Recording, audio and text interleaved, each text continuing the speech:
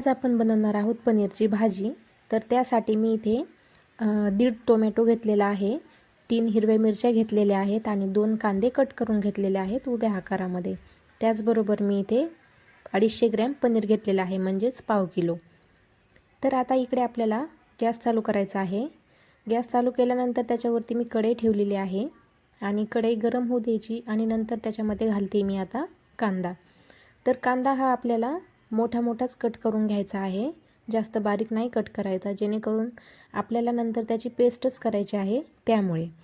तर त्याच्यामध्ये मी आता थोडंसं तेल घालते, जेणेकरून काय होतं, कांदा हा आपला लवकर परतला जातो त्यामुळे। तर मीडियम गॅसवरती आपल्याला हा कांदा लालसर गोल्डन होईपर्यंत आपल्याला हा परतून घ्यायचा आहे। तर तुम्ही पाहू शकता गोल्डन असा थोडासा झालेला आहे। आता नंतर त्याच्यामध्ये घालायचं आहे आपल्याला टोमॅटो। तर मी इथे 1.5 टोमॅटो कट करून घेतलेला आहे आणि त्याच्यामधलं मी पूर्णपणे बी बाजूला काढून घेतलेलं आहे। काय होतं, जास्त बी असेल तर टोमॅटोमध्ये बी असेल तर आंबट लागते भाजी, त्यामुळे मी इथे टोमॅटोमधलं बी पूर्णपणे काढून घेतलेलं आहे। छान असं मिक्स केलं। नंतर मी इथे 2 ते 3 हिरव्या मिरच्या घेतलेल्या होत्या, त्यासुद्धा त्याच्यामध्ये घातल्या आणि मिक्स करून वाफवून घेण्यासाठी मी इथे सोडून दिलेलं आहे। तर जोपर्यंत ते कांदा टोमॅटो वाफत आहे तोपर्यंत मी इकडे पनीर कट करून घेते। तर तुम्हाला हव्या त्या आकारामध्ये तुम्ही पनीर कट करून घेऊ शकता। जेवढं बारीक करायचं आहे किंवा मोठं करायचं आहे त्याप्रमाणे तुम्ही कट करून घेऊ शकता। तर मी इथे थोडं जास्त मोठं पण नाही आणि जास्त छोट्या पण आकारामध्ये नाही, तर असे छोटे छोटे क्यूब, ज्याप्रमाणे आपण बटाटे कट करतो त्याप्रमाणेच मी ते छोटे छोटे क्यूब त्याचे कट करून घेतलेले आहेत। तर तुम्ही पाहू शकता अशा प्रकारे मी पूर्ण पनीर इथे कट करून घेतलेलं आहे। तर आता आपलं पनीर तर कट झालेलं आहे। तर आता इकडे पाहूया आपण आपलं कांदा टोमॅटो मऊ झाले का कसं।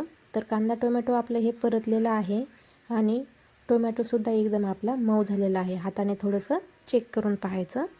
तरी ते आपलं छान असं आता हे परतलेलं आहे। तर काय करायचं, जे मिक्सरचं सगळ्यात छोटं भांडं असतं ना, त्या भांड्यामध्ये हे मी काढून घेते, थंड होण्यासाठी मी बाजूला काढून घेते याच्यामध्ये। तर हे आता पूर्णपणे थंड होण्यासाठी बाजूला सोडून द्यायचं। आता परत इकडे गॅस चालू करायचा आणि तीच कढई ठेवायची। त्याच कढईमध्ये पुन्हा मी 2 पळ्या तेल घातलेलं आहे। तेल घालायचं, तेल छान गरम होऊ द्यायचं आणि नंतर जे आपण पनीर घेतलेलं होतं ना, ते पनीर त्याच्यामध्ये आपल्याला 2 ते 3 मिनटासाठी फ्राय करून घ्यायचं आहे। लो टू मिडियम गॅसवरती आपल्याला हे पनीर फ्राय करून घ्यायचं आहे। जास्त पण नाही होऊ द्यायचं, कारण की जास्त जर आपण फ्राय करून घेतलं तर ते काय होतं, एकदम असं रबर झाल्यासारखं होतं, रबरासारखं होतं त्यामुळे। तर तुम्ही पाहू शकता एकदम मी असं सारखं त्याला मिक्स करत आहे। तर पनीर आपलं थोडंसं हे फ्राय झालेलं आहे, तुम्ही पाहू शकता त्याच्यामधलं तेलसुद्धा बाजूला झालेलं आहे आणि हे पनीरसुद्धा बाजूला झालेलं आहे। तर मी इथे एका प्लेटमध्ये ते काढून घेतलेलं आहे। तर इकडे आपला आता कांदा टोमॅटोसुद्धा थंड झालेला आहे। त्याच्यामध्ये मी थोडीशी कोथिंबीर घातली आणि हे मिक्सरला बारीक करून घेतलेले आहे। तर तुम्ही पाहू शकता एकदम छान अशी पेस्ट आपली तयार झालेली आहे। हवं तर तुम्हाला जर त्याच्यामध्ये पाणी घालायचं असेल तर तुम्ही पाणीसुद्धा घालून थोडंसं वाटून घेऊ शकता, जास्त कोरडं वाटत असेल तर। तर मी आता त्याच कढईमध्ये पुन्हा तेल घालते। हवे तर तुम्ही दुसरीसुद्धा कढई किंवा दुसरं भांडं वापरू शकता, पण मी दुसऱ्या भांड्यामध्ये नाही तर त्याच कढईमध्ये मी इथे भाजी करणार आहे।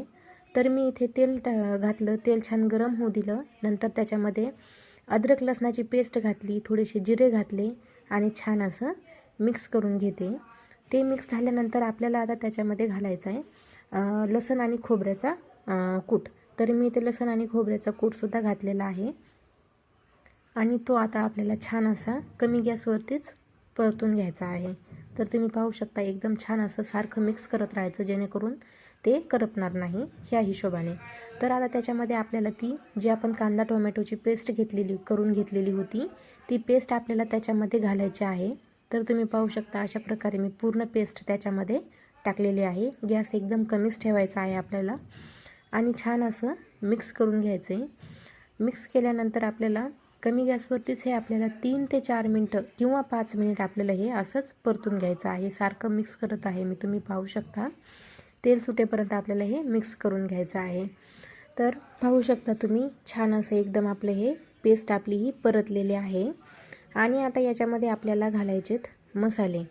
तर याच्यामध्ये आपल्याला सुरुवातीला हळद पावडर घालायची आहे थोडीशी, नंतर लाल मिरची घालायची आहे. लाल मिरचीच्या ऐवजी तुम्ही काश्मीरी लाल मिरचीचा वापरसुद्धा करू शकता. तर मी इथे 2 चमचा लाल मिरची पावडर घातली आणि नंतर त्याच्यामध्ये मी पनीर मसाला घालते. तुम्ही पनीरचा तुम्हाला जो मसाला आवडत असेल तो तुम्ही पनीरचा मसाला घालू शकता.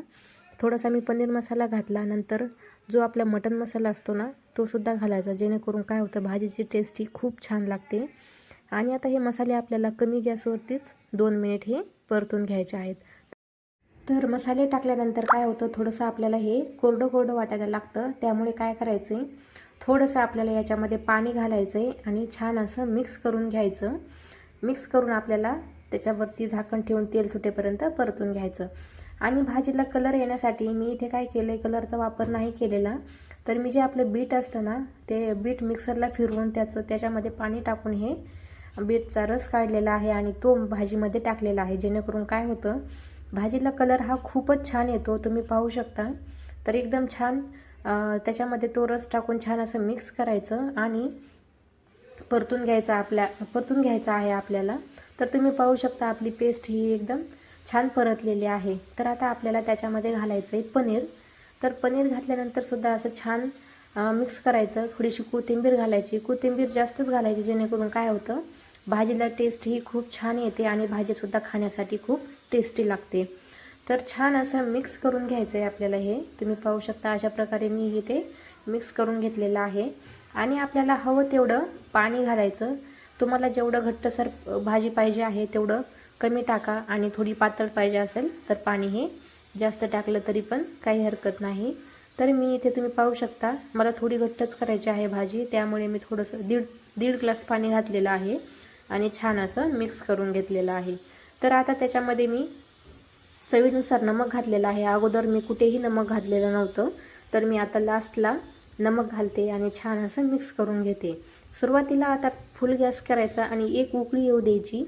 आणि उकळी आल्यानंतर काय करायचं, गॅस एकदम कमी करायचा आणि ही भाजी आपल्याला कमी गॅसवरतीच शिजून घ्यायची आहे.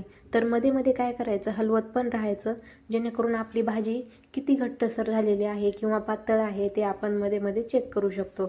तरी ती भाजी आपली पूर्णपणे शिजलेली नव्हती. तर आता मी त्याच्यावरती परत 5 ते 10 मिनटं ही भाजी कमी गॅसवरती शिजून घेतलेली आहे. तर तुम्ही पाहू शकता अशा प्रकारे ही भाजी आपली छान अशी शिजलेली आहे. तर्रीसुद्धा खूप छान आलेली आहे आणि दिसायलासुद्धा खूप छान झालेली आहे. तर आपली भाजी एकदम रेडी आहे. तर तुम्ही पाहू शकता किती छान अशी आपली भाजी तयार झालेली आहे. कलरसुद्धा खूप छान आलेला आहे आणि टेस्टीसुद्धा खूप छान झालेली आहे. तर अशा प्रकारच्या पनीरची भाजीची रेसिपी तुम्हाला आवडली असेल तर नक्कीच लाईक करा, शेअर करा आणि जे कोणी आपल्या चॅनलवर नवीन असतील ते चॅनलला सबस्क्राईबसुद्धा करा. भेटूया अशाच एका नवीन व्हिडिओमध्ये. तोपर्यंत बाय.